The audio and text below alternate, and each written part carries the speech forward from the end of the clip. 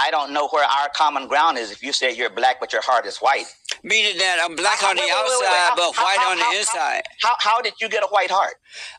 By repenting for having a dark heart, and God renewed my heart, and now it's clean. Why does your heart have to be black or white? Because anyone that has anger has a black heart, but those who have the love of God has a white heart. How long have you been a bishop? Oh, I've been a bishop about 20 years. I've been in pastoring at this church for 40 years. Amazing.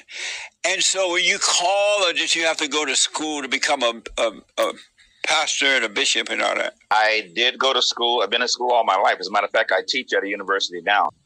Why was it if God called you, why was it necessary to go to school?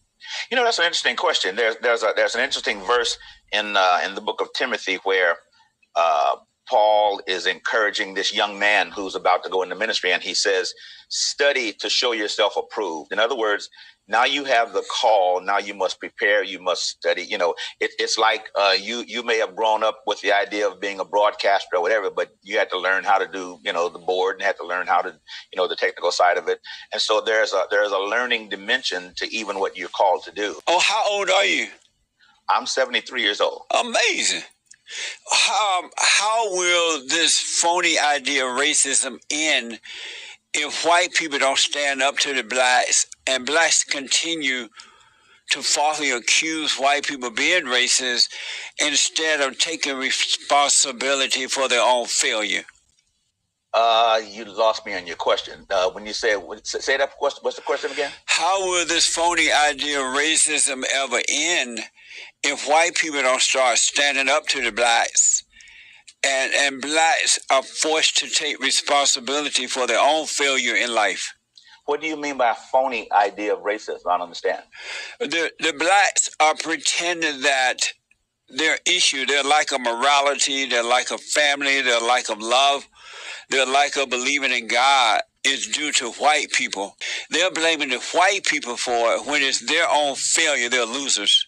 Well, you and I can end this conversation because I don't agree with that. Why not? At all. I don't. Number one, what you just said, I don't do that. So when you say the blacks, I'm not sure who you're referring to. Most, not all, but most.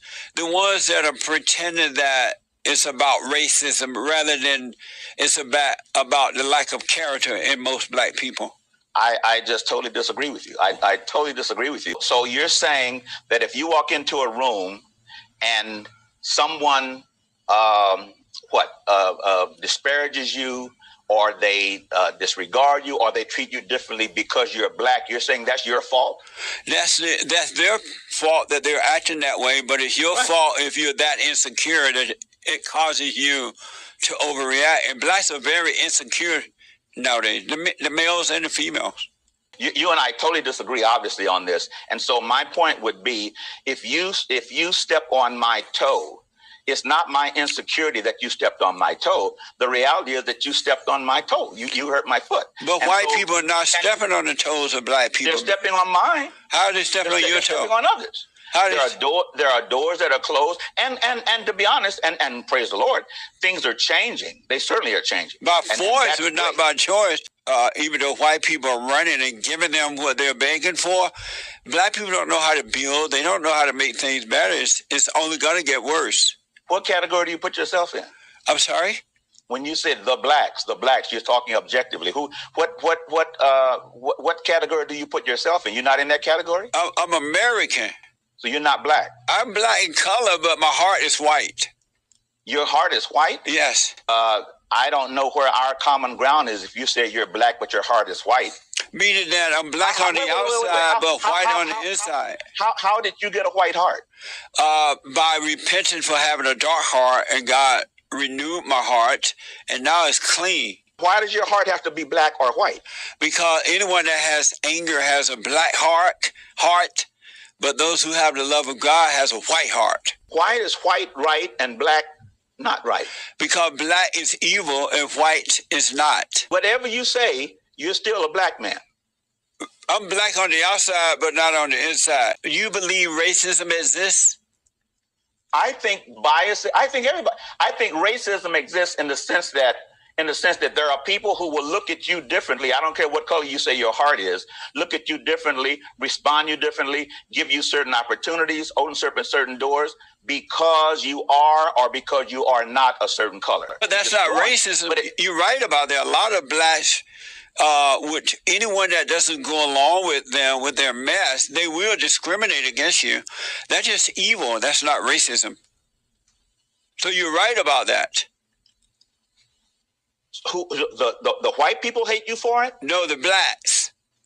The black people hate you because I think we need to acknowledge that you're doing a very, very broad statement when you're using categories like the blacks and this, and you're not putting yourself in that category, but you just said you're black with a white heart.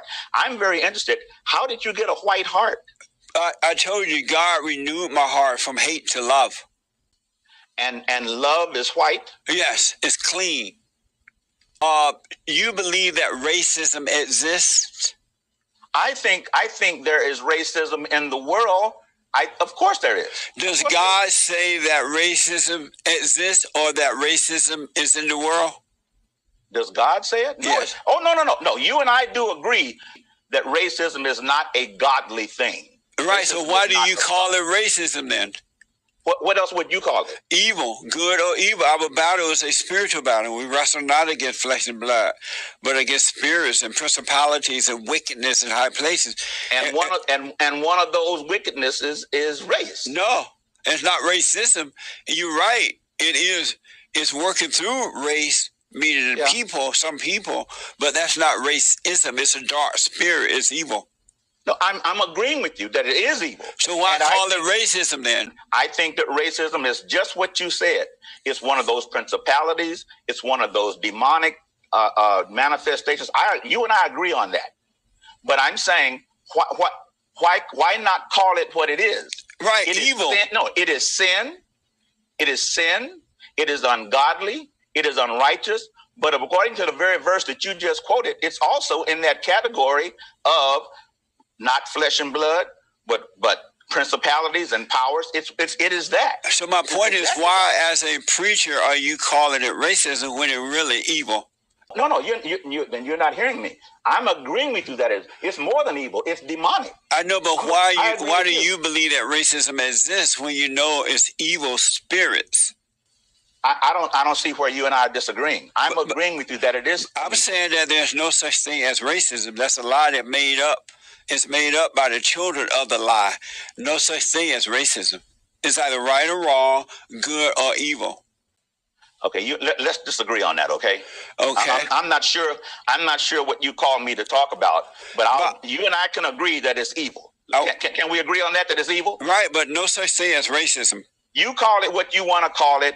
Me and other parts of the world will call it what we're going to call it. But where you and I agree, it's evil and it's not of God. So why call it racism? Because if you call say it what you want to call, no, you can call it. If you say that is racism, then the blacks are going to believe that it's someone else rather than knowing that they are evil. You and I are talking in circles because I'm agreeing with you that it is evil. Why do you call it racism then? I'm agreeing with you. It is demonic. So why do you call it racism? Because that is the cult. That is the vernacular of the culture. You are a race. You are of some race, and how people respond to that is an ism. You just said yourself you're black, but inside you're white. Yes. And I'm saying that there is a force. Like you, I agree. It's sin. Like you, I agree. It's not of God. There's a force that sees you through your black face before they see your white heart.